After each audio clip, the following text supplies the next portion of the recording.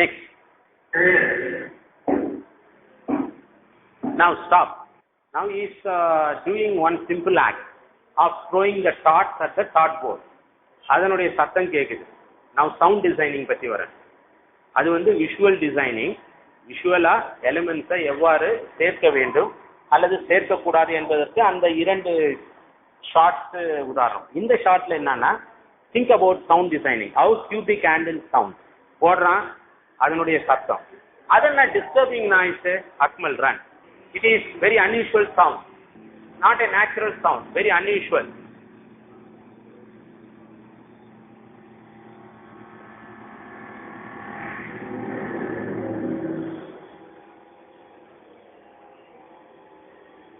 Stop. இங்க அந்த visual sign வந்து பின்னால தான் வருது. அந்த ஆரல் சைன் வந்து முன்னாலே வந்துடுது. இவர் வந்து பையன் is throwing the dots at the dartboard.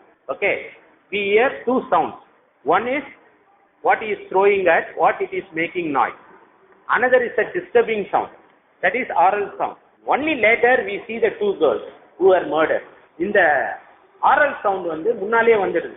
எப்படி கருமேகங்கள் முன்னாலே வந்துடுதோ மழை பின்னால வருதோ அது மாதிரி this can be considered as an indexical sign in signing. Indexical signing உதாரணம் கேள்வி கேட்டா அங்க சைனிங் பாத்தீங்க 10 தடவை பார்த்த தம்பி எது தம்பி இண்டெக்சிக்கல் சைன் பாரியா இதான் இண்டெக்சிக்கல் சைன். முதல்ல வருது கருமேகம் that disturbing sound.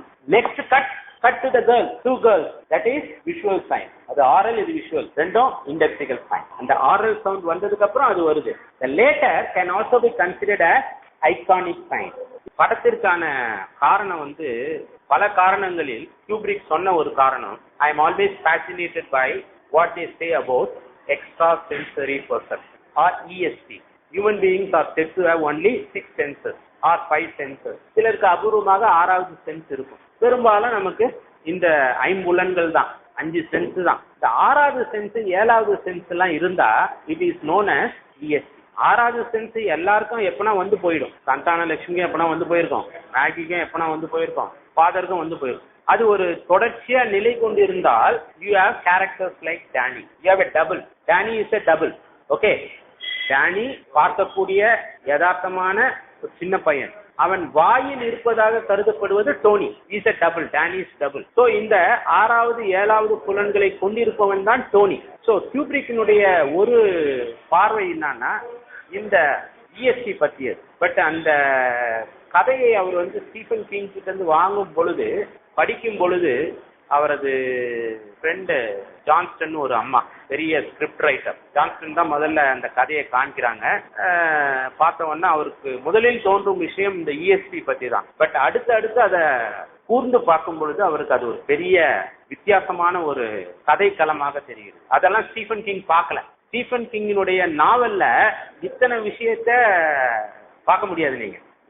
அது ஒரு சாதாரண திகில் நாவல். அந்த அளவுல அது ஆரம்பித்து முடிஞ்சு போயிடும். பட் அதே நாவல இவர் கையாண்ட விதம் வந்து பல கோணங்களில் கதை சொல்லப்படுகிறது. வழக்கமா கதை சொல்லி என்பவன் ஒரே கோணத்துல தான் கதையை கொண்டு போவான். அது unproblematic reading, storytelling.